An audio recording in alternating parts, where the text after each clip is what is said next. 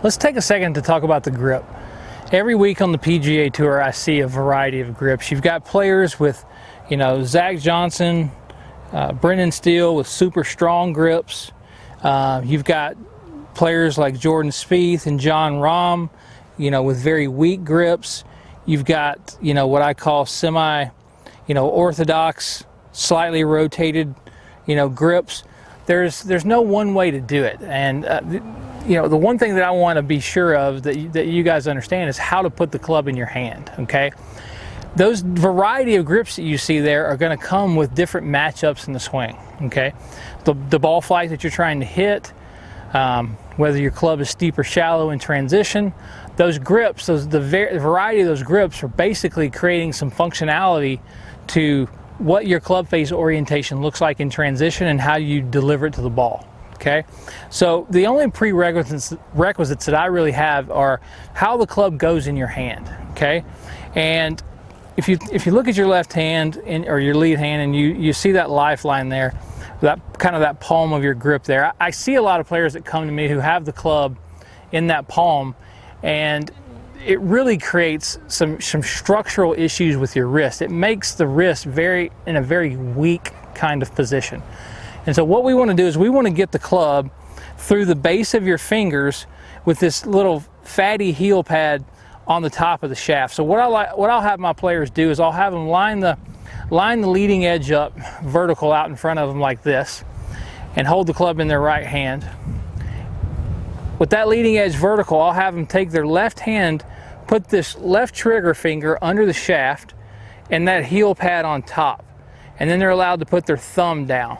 Okay, so that's basically how the club's going to sit. And if I take the thumb off, I've created sort of a vise or a wedge there. And without even having these other fingers on the club, I've already established that I have some control over the club. And the other fingers are just going to support that and add to it. So if I wrap those other fingers around and put the left thumb down, you can see that's kind of the orientation of my left wrist. And I would consider this very neutral.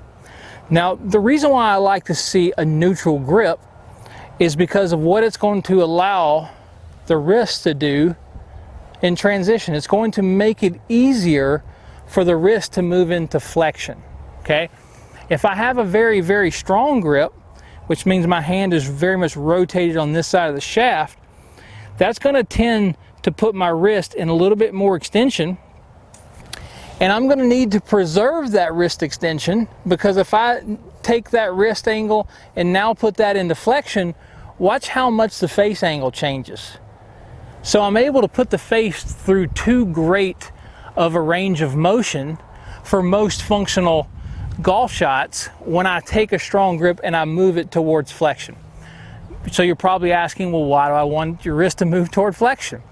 I want your wrist to move towards flexion because it creates less lag between the lead arm and the shaft. So that's how much I have when I have extension. If I just go towards flexion, you can see how that angle widened out.